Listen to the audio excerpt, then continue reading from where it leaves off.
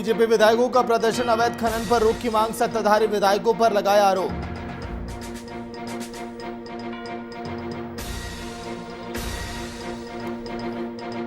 ID blast में 3 जवान शहीद, ब्लास्ट में 2 जवान घायल, सीएम सोरेन ने दी घटना की निंदा।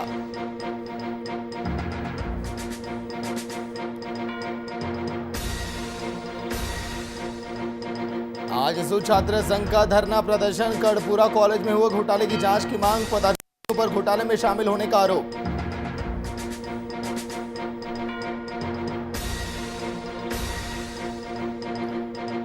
झारखंड में बजट पर क्या है अर्थशास्त्री की राय, 8:30 बजे देखिए विशेष चर्चा, हर पहलू पर हमारे संपादक कुंदन कृतज्ञ की राजेश्वर दयाल से खास बातचीत। नमस्कार, वीआईपी न्यूज आप देख रहे हैं, मैं आपके साथ सागर मिश्रा। दिन भर की तमाम खबरों के बाद हाजिर हैं हम झारखंड की खबरों के साथ।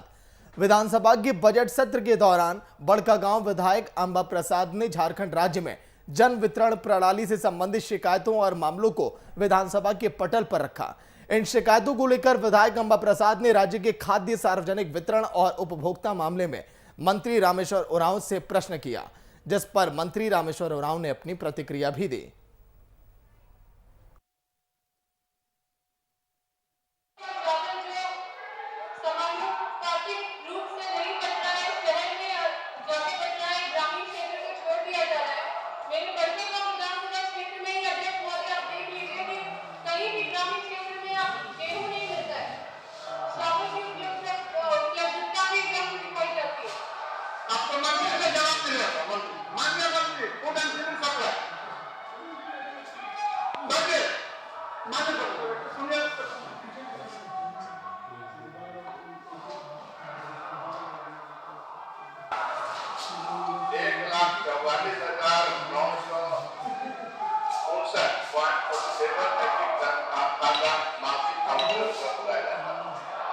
जिसमें चावल की मात्रा 1,28,548 मेट्रिक टन तथा गेहूं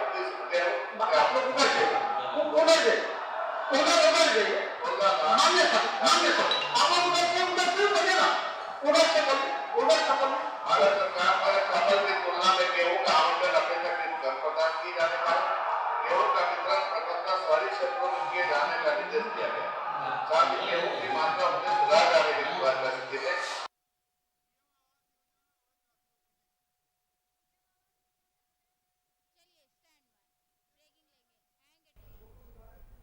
और एक बड़ी खबर आ रही है लातेहार से आपकी टीवी स्क्रीन पर, जहां पर पीएम आवास योजना में धांधली देखी जा रही है। बड़ी खबर आपकी टीवी स्क्रीन पर, अवैध वसूली, पीएम आवास योजना में अवैध राशि वसूली। बड़ी खबर लातेहार से आपकी टीवी स्क्रीन पर, डीसी ने कार्रवाई के लिए डीडीसी को निर्देश अब दिए हैं। बड़ी खबर जो आप देख रहे हैं, डीसी ने कार्रवाई के लिए निर्देश अब दिए। उप मुखिया हीरामन प्रसाद पर अवैध वसूली का आरोप। बड़ी खबर आपकी टीवी स्क्रीन पर, पीएम आवास योजना में अवैध राशि वसूली, यही तो है भ्रष्टाचार।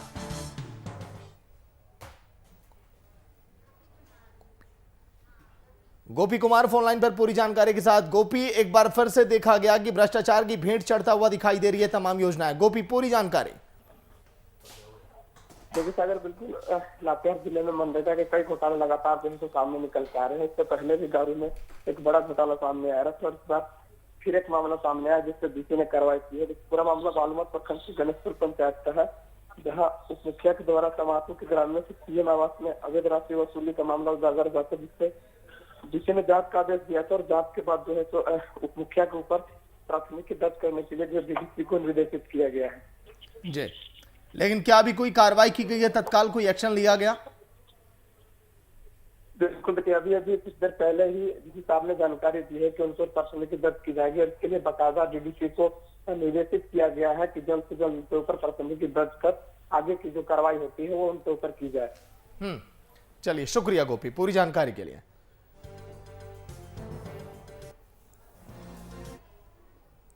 झारखंड विधानसभा बजट सत्र के 5वें दिन भी बीजेपी विधायकों का प्रदर्शन जारी रहा। प्रदर्शन का मुख्य मुद्दा रहा अवैध खनन पर रोक लगाने की मांग।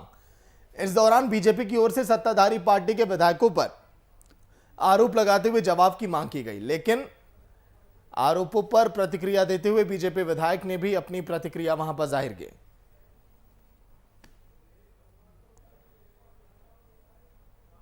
मुद्दा पूरे झारखंड में चर्चा है। यहाँ देखो, ये पंकज मिश्रा कौन है जो ऐसा सूचना है कि बरहेट के माननीय विधायक हैं, जो माननीय मुख्यमंत्री जी है, उनके प्रतिनिधि है, और उनके साथ जो है पूरा एक सिस्टम वहाँ बना हुआ है जहाँ से बड़े पैमाने पर बालू और पत्थरों की सप्लाई की जाती है। जिस तरह से बंगाल में टोलाबाजी चलता है, जो टोकनबाजी चलता है, 20 रुपये के नोट को लगा करके उसे सरकार गाड़ियों की पास दी जाती है, और जो मुद्दा पूरे झारखंड में चर्चा है। यहाँ देखो, ये पंकज मिश्रा कौन है जो ऐसा सूचना है कि बरहेट के माननीय विधायक हैं, जो माननीय मुख्यमंत्री जी है, उनके प्रतिनिधि है, और उनके साथ जो है पूरा एक सिस्टम वहाँ बना हुआ है जहाँ से बड़े पैमाने पर बालू और पत्थरों की सप्लाई की जाती है। जिस तरह से बंगाल में टोलाबाजी चलता है, जो टोकनबाजी चलता है, 20 रुपये के नोट को लगा करके उसे सरकार गाड़ियों की पास दी जाती है। और धान में ज्यादा नमी का हवाला देकर सरकार ने धान क्रय करने का फैसला स्थगित कर दिया, और इस मामले पर बजट सत्र में विपक्ष सरकार को घेरती हुई नजर आई। झारखंड सरकार ने दिसंबर के पहले सप्ताह से बोनस के साथ 2050 रुपए प्रति क्विंटल धान खरीद की घोषणा कर रखी थी, लेकिन लैंड पैक्स के धान खरीद केंद्र पर बेच पाते उससे पहले ही राज्य के वित्त और खाद्य और आपूर्ति मंत्री रामेश्वर उरांव के आदेश के बाद धान में ज्यादा नमी का हवाला देकर धान खरीद को टाल दिया गया था। अब इस मामले पर सदन में सवाल उठाए जाने पर वित्त मंत्री रामेश्वर उरांव ने बजट सत्र के बाद मीडिया के सामने सरकार का पक्ष भी रखा। सोने कहेंगे, हम उस विभाग के मंत्री हैं, उस विभाग के मंत्री हैं, हम स्वीकार करेंगे जहाँ कमी है। कमी ये है कि उनके समय में जो गोदाम बने थे उनकी संख्या बड़ी कम है, एक, और अभी धान इस साल ज़्यादा हुआ है, जो एक। दूसरा कि जो उनके समय में पंजीकरण हुआ था, रजिस्ट्रेशन, वो बहुत कम था, 1,39,000। उनको करना चाहिए, 5 साल हो रहे हैं, नहीं है। झारखंड विधानसभा के बजट सत्र में हर दिन की तरह बीजेपी का हंगामा जारी रहा। सत्र की शुरुआत से पहले ही अवैध उत्खनन पर प्रदर्शन कर सदन के अंदर क्या होगा, बीजेपी ने यह स्पष्ट कर दिया था।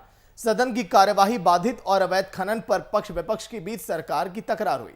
बजट सत्र के 5वें दिन अवैध खनन पर लगातार घमासान जारी रहा। रिपोर्ट आप देखिए।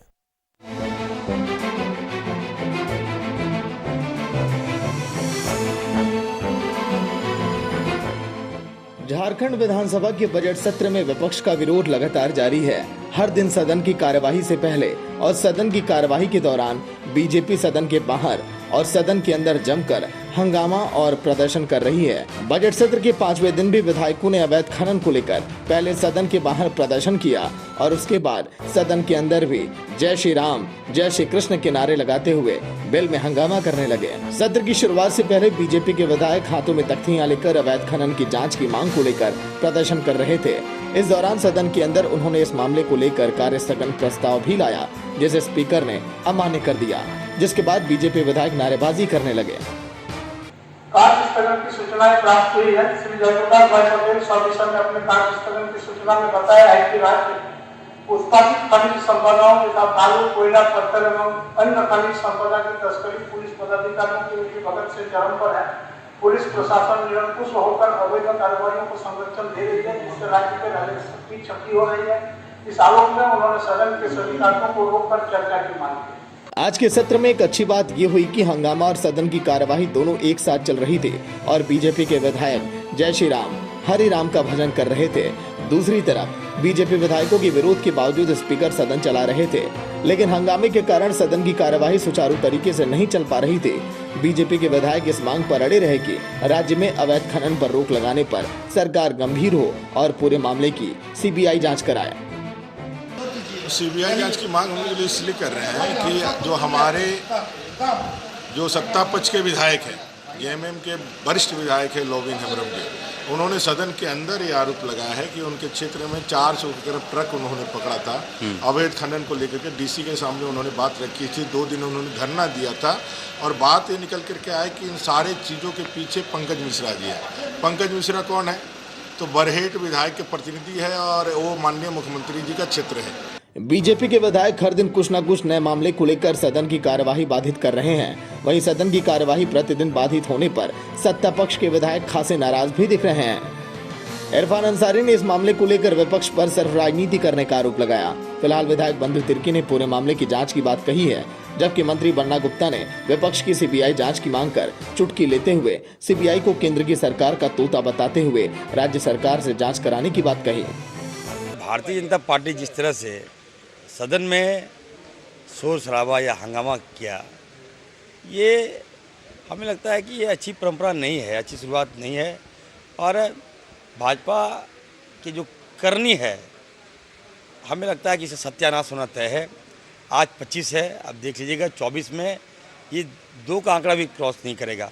मैं बार बार कह रहा हूँ, देखिए आज हम लोगों ने छात्रवृत्ति जो स्कॉलरशिप के लिए हम लोगों ने मांग उठाया था, मेरा भी क्वेश्चन था, कितना गंभीर मामला था और ये लोग मजाक कर रहे थे। अरे भाई, गरीब दलित बच्चा अगर किसी गरीब माँ बाप का बेटा पढ़ाना चाहता है, स्कॉलरशिप भाजपा के लोगों ने बंद कर दिया। तो देखें कि यहाँ का जितने भी आपका माइनिंग है, चाहे क्रेशर माइनिंग हो, चाहे आपका यहाँ से गुमला पालकोट चले जाइए, वहाँ पर आपका बक्साइट का, तो उसमें जो रैयत का स्थिति है, जो वहाँ जो उनके साथ हो रहा है, या तो एक तो ज़मीन में भी अवैध खनन हो रहा है और उनके साथ जिस तरह से कहा जाए कि उसका जीना भी दुभर हो जा रहा है। वहाँ पानी नहीं है, वहाँ पर डस्ट उड़ रहा है पूरा, ना कोई पॉल्यूशन कंट्रोल का नियम कानून पालन कर रहा है।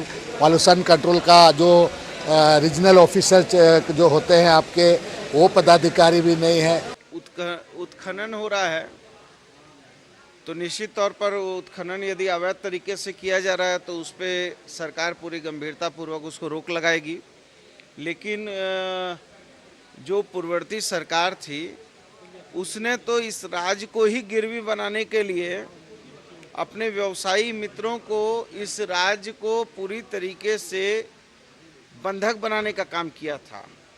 लेकिन हमारी सरकार में यदि कहीं पर भी कोई उत्खनन अवैध रूप से हो रहे हैं तो हम निश्चित तौर पर कड़ाई से इसको अंकुश लगाएंगे।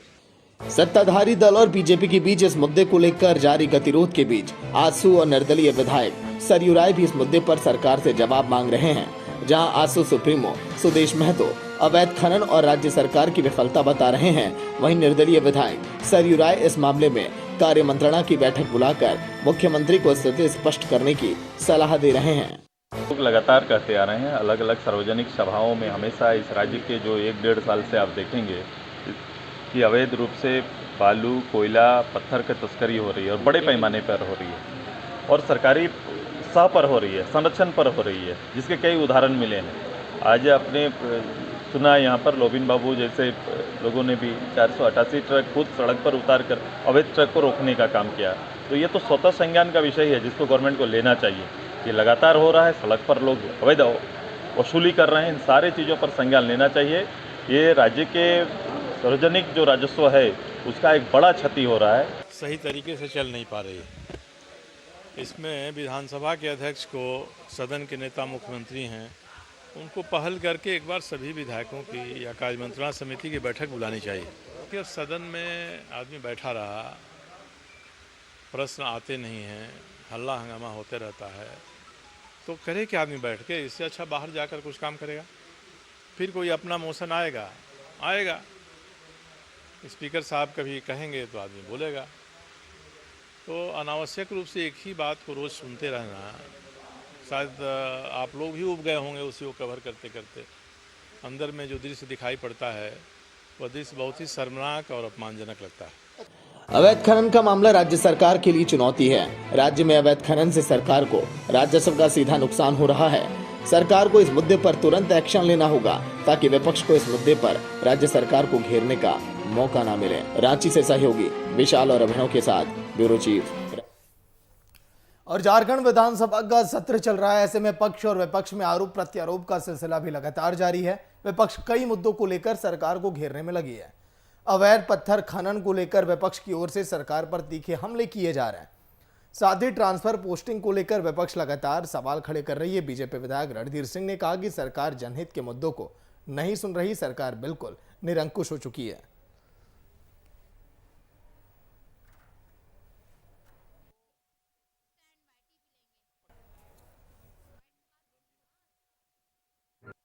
वर्तमान सरकार के बनने के बाद 2 चीज़ों का उद्योग चालू हो गया है सरकार में।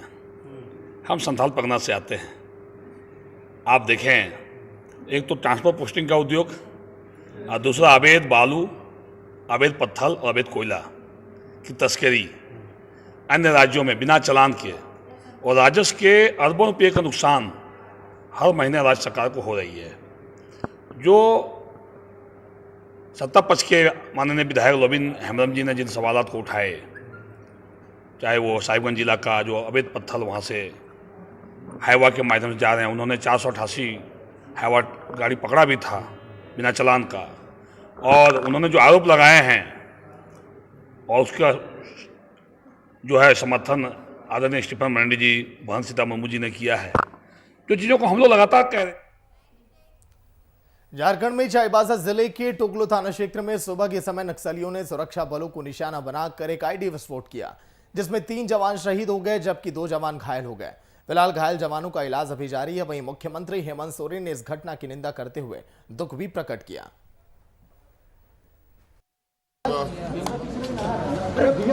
8 बजे के लगभग की यह घटना है। मुझे खबर मिली एक जवान की मौत, बाकी लोग इलाजरत हैं। और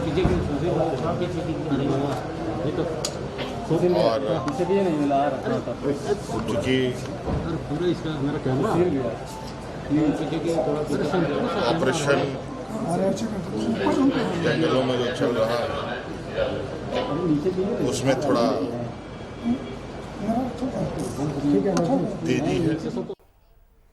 केंद्र की सरकार के निजीकरण के विरोध में प्रदर्शन और बैठक का आयोजन लगातार जारी है। विरोध प्रदर्शन की इसी कड़ी में यूनाइटेड फॉरम बैंक यूनियन के बैनर तले गिरिडीह में बैंक और बीमा कर्मियों की बैठक की गई। इस बैठक में सरकार के निजीकरण की नीतियों के खिलाफ देशव्यापी हड़ताल करने का निर्णय लिया गया।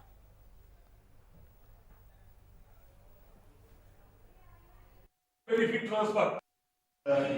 की गिरिडीह जिला इकाई की कार्यकारिणी सदस्य एवं पदाधिकारियों एवं आम सदस्यों की एक आम बैठक बुलाई गई। ये बैठक इसलिए बुलाई गई क्योंकि 15 एवं 16 मार्च को हमारा जो देशव्यापी हड़ताल है, इसको गिरिडीह जिले में भी 100% सफल बनाना है। अभी आप सुन रहे होंगे कि हर जगह मीडिया में, अखबारों में बैंकों के प्राइवेटाइजेशन की बात हो रही है, निजीकरण की बात हो रही है। उधर आपको गला लगाने के लिए और आपको बरवाला बनाने और इंडा के राष्ट्रीय अध्यक्ष के त्रिपाठी राष्ट्रीय कुलहरी मजदूर संघ की प्रदेश कार्य समिति की बैठक में शामिल हुए। खबरों की माने तो रांची में आयोजित इस बैठक में कई निर्णय लिए गए। इस बैठक में एक तरफ जहां डॉक्टर संतोष को महासचिव पद से इस्तीफा देने की बात नामंजूर की गई, तो वहीं दूसरी तरफ दुष्कर्म के आरोपी रामेश्वर फौजी को दल से बाहर का रास्ता दिखा दिया गया। इसके साथ ही बैठक में संगठन के विस्तार पर भी चर्चाएं की गई। वहाँ 15 मजदूरों को और टंडवा में करीब 400 मजदूरों को आंदोलन करने की सजा दे रही है। लोगों को आंदोलन करना प्रजातंत्र में उनका मौलिक अधिकार है। केंद्र सरकार की यह इकाइयां आंदोलन करने वाले लोगों को सजा नहीं दे सकती। तो टंडवा में भी 400 मजदूरों को उन्होंने निकाल दिया है काम से, आप बड़का गांव में बता रहे हैं। और जो भारत सरकार ने, श्रम मंत्रालय ने जिसको मान्यता दिया है, वो 1947 का जो फेडरेशन है उसी को मान्यता दिया जाएगा। तो फेडरेशन का जो है ना, वो अध्यक्ष जो विधिवत चुना गया वो के त्रिपाठी जी चुने गए हैं, और एडीजी 2007 को एक ट्रेड यूनियन एक्ट के तहत रजिस्ट्रेशन कराए हैं, उसके अध्यक्ष है। और उसका जुडिशियल दिल्ली और एनसीआर टेरिटरी में ही वो काम कर सकते हैं, ऑल इंडिया काम वो नहीं कर सकते हैं।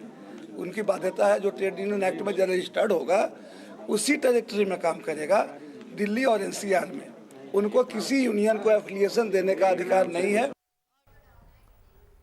हजारीबाग की विनोबा भावे विश्वविद्यालय में आसू छात्र संघ के सदस्यों की तरफ से अनिश्चितकालीन धरना शुरू किया।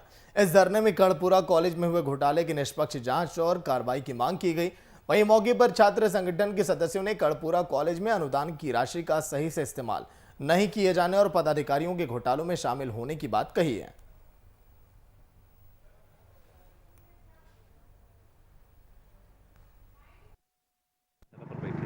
मुद्दा हमारा ये है कि कर्णपुरा कॉलेज में हुए घोटाले के निष्पक्ष जांच और जो गलत हैं उनके ऊपर कानूनी कार्रवाई की मांग है तो वो यहाँ बैठे हुए हैं। हमारा मुद्दा ये है कि छात्रों के साथ कर्पूरा कॉलेज बड़गांव के जितने छात्र हैं उनके साथ बहुत गलत हो रहा है और झारखंड काउंसिल एकेडमी से भी और बिहार यूनिवर्सिटी से भी एक ही बिल्डिंग को दिखा करके, एक ही शिक्षक को दिखा करके, एक ही छात्र को दिखा करके लगभग दशकों से जो है। देश के कुछ राज्यों में फिर से बढ़ रहे कोरोना की रफ्तार को देखते हुए धनबाद जिला प्रशासन पूरी तरह से अलर्ट मोड पर है, जिसको लेकर 4 फरवरी से धनबाद रेलवे स्टेशन में हावड़ा छत्रपति शिवाजी टर्मिनल ट्रेन, दीक्षा भूमि एक्सप्रेस और एलएफपी एक्सप्रेस से आने वाले हर यात्री की कोरोना की जांच शुरू की गई और इसके लिए भारी संख्या में मेडिकल टीम और आरपीएफ जवानों को स्टेशन पर तैनात भी किया गया।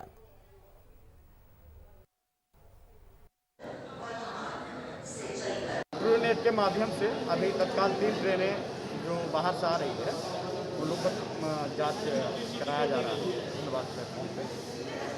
धनबाद एलएफपी है, आपका हावड़ा मुंबई है और एक दीक्षा भूमि ट्रेन, तो उनके जो पैसेंजर हैं उनको जांच किया जाए। ये तो नहीं पता था, बस नाम और पता एड्रेस वगैरह लिख रहे हैं। कोरोना का जांच किया जा रहा है।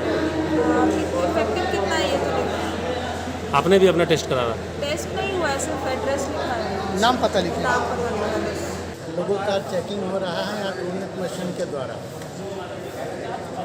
50 साल से 45 साल से ऊपर के जो रहेंगे वो वेट करेंगे रिजल्ट का, और उसके नीचे वाले लोग हैं वो अपने घर चले जाएंगे। मेनली धनबाद के लोगों का चेकिंग होना। गिरिडीह के नवजीवन नर्सिंग होम में सिविल सर्जन के नेतृत्व में कोविड वैक्सीन केंद्र का उद्घाटन किया गया। इस केंद्र में सीनियर सिटीजन को वैक्सीन की सुविधाएं दी गई। यह गिरिडीह का पहला प्राइवेट अस्पताल है जिसमें वैक्सीन दिए जाने की शुरुआत की गई। इस केंद्र में प्रतिदिन 100 लोगों को वैक्सीन दिए जाने का लक्ष्य भी तय किया गया है।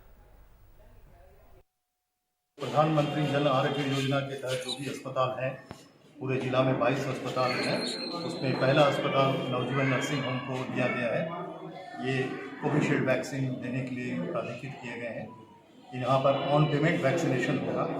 ये सर्विस चार्ज के रूप में 100 रुपया लेंगे और सरकार के खाते में 150 रुपया जमा करेंगे और ये 24x7 यानी रात में भी ये वैक्सीन पड़ सकती है। यहाँ के संस्थापक हमारे पास से वैक्सीन लाएंगे, ऑनलाइन इनकी पेमेंट भारत सरकार के खाते में जमा हो। इन्होंने 10 वायल यानी 100 डोज सरकार से प्राप्त किए हैं और हम समझते हैं ये सुचारू रूप से 60 साल से कम उम्र के 60 साल से ऊपर वाले उम्र के व्यक्तियों को देंगे। देश में बढ़ रही जनसंख्या को देखते हुए 13 मार्च शाम 5 बजे काशीडीह दुर्गा पूजा मैदान में एक विशाल जनसभा का आयोजन होने जा रहा है। इस महासभा में जनसंख्या पर नियंत्रण कैसे हो, इसके लिए लोग अपना विचार प्रकट करेंगे। वैसे इस महासभा में मुख्य अतिथि के रूप में राष्ट्रीय स्वयंसेवक संघ के साथ अन्य कार्यकर्ता और नेता भी मौजूद रहेंगे।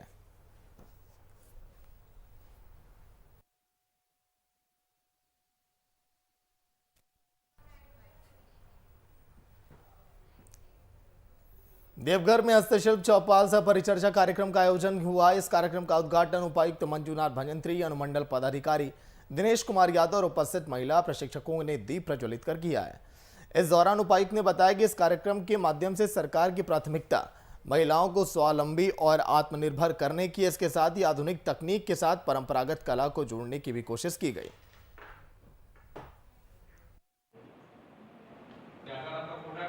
पचास दिन का सफल हुआ और उसमें 112 लोग ट्रेनिंग लिया, जैसे खाता स्टिचिंग और मधुबनी और लाह का चूड़ी का।